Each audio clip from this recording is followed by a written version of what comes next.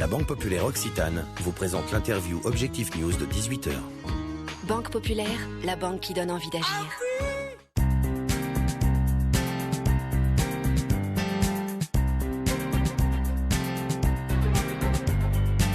Bonsoir à tous, bienvenue sur objectifnews.tv pour l'interview de 18h. Je reçois ce soir David Hardy, bonsoir. Bonsoir. Vous êtes le fondateur de la société Veso Concept qui est basée à Nogaro dans le Gers. Veso Concept, c'est une société d'ingénierie. Vous vous spécialisez puisque vous travaillez notamment sur les biocomposites et l'énergie verte. Expliquez-nous un peu quels sont les produits que conçoit Veso Concept. Alors Veso Concept travaille, comme vous disiez, sur les matériaux éco-composites ou biocomposites. Qu'est-ce que ça veut dire d'ailleurs ? Ça veut dire qu'au jour d'aujourd'hui, on est en mesure de pouvoir remplacer un renfort type fibre de verre par une matière végétale, comme le bambou, le lin, le jus, la jute, le kénaf. Et c'est ce qui nous anime, nous, au quotidien, de pouvoir justement remplacer une matière issue de l'énergie fossile par un végétal. Pour qui travaillez-vous ? Alors, au jour d'aujourd'hui, nous, notre domaine d'activité concerne le transport, donc tout mode de transport. Donc, on travaille aujourd'hui pour Citroën, pour PSA, Renault et prochainement l'aéronautique pour travailler sur des thématiques d'aménagement intérieur. Alors, par exemple, dans l'automobile, pour Citroën ou Renault, qu'est-ce que vous leur proposez dans une voiture ? Quelle est la partie conçue par Veso Concept ? Alors, c'est très variable. On peut avoir des pièces structurelles ou semi-structurelles. Et ils nous lancent quelque part des défis. Typiquement, on a eu à traiter pour Citroën Sport des passages de roues de véhicules pour faire de l'absorption de cailloux pour des spéciales de rallye. Pour Renault, ça a été complètement différent. On a eu à traiter de l'aménagement intérieur. Donc c'était avec des problématiques structurelles pour tenir de l'impact choc frontal de l'ordre de 4 tonnes, avec en même temps de l'esthétique. Voilà, parce que aussi, l'intérêt aussi des composites, en règle générale, c'est de pouvoir multiplier les fonctions dans une pièce.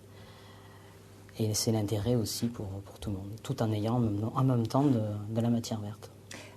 Vous fabriquez également des raquettes de tennis de table réalisées en bambou ou encore des accessoires pour vélo. Donnez-nous quelques exemples.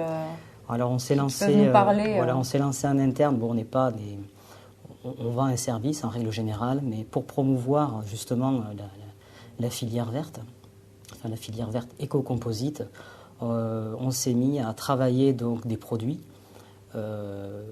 facilement reconnaissables et connus par tous, avec de la technologie, avec des matériaux verts. Et bon, là notamment la raquette de ping-pong, le premier proto est en bambou, mais demain il y aura une composition avec du bambou, du liège, qui répondent justement à des pongistes professionnels. Parce que vous voulez faire connaître ce secteur en fait au grand public. Vous avez besoin de visibilité ?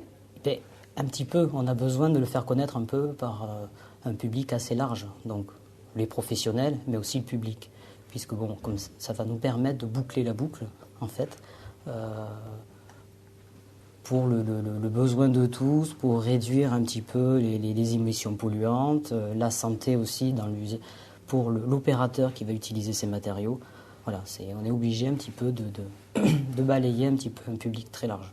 Votre stratégie est très logiquement basée sur la recherche et développement. Vous y consacrez 50% de votre chiffre d'affaires et vous avez une actualité, des nouveautés qui vont arriver en 2014. Expliquez-nous.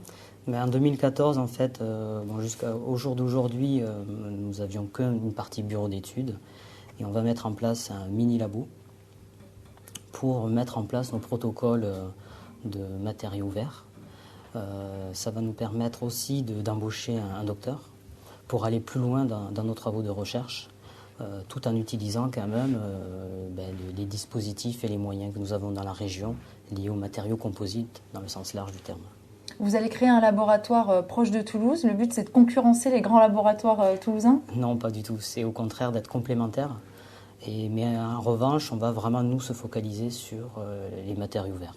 Quels sont vos objectifs pour cette année 2014 en termes de chiffre d'affaires ? Et puis, je crois également que vous voulez faire changer le statut de votre société. Alors le statut aujourd'hui, jusqu'au jour d'aujourd'hui, nous avions un statut de jeune entreprise innovante. On va essayer d'évoluer vers un centre de recherche pour nous permettre toujours pareil, de faciliter le développement des matériaux verts pour nos clients. Un objectif en termes de chiffre d'affaires peut-être à nous communiquer? On va essayer de faire mieux que 2012 en tout cas, parce que 2013 est un peu plus difficile pour nous, et d'être au-delà de 250 kilos euros. Combien de salariés? Alors au jour d'aujourd'hui, nous sommes 2. Alors après, il y a quand même des partenariats avec la région toulousaine, et on va passer cette année à 3. Merci beaucoup David Hardy d'avoir été notre invité. Merci.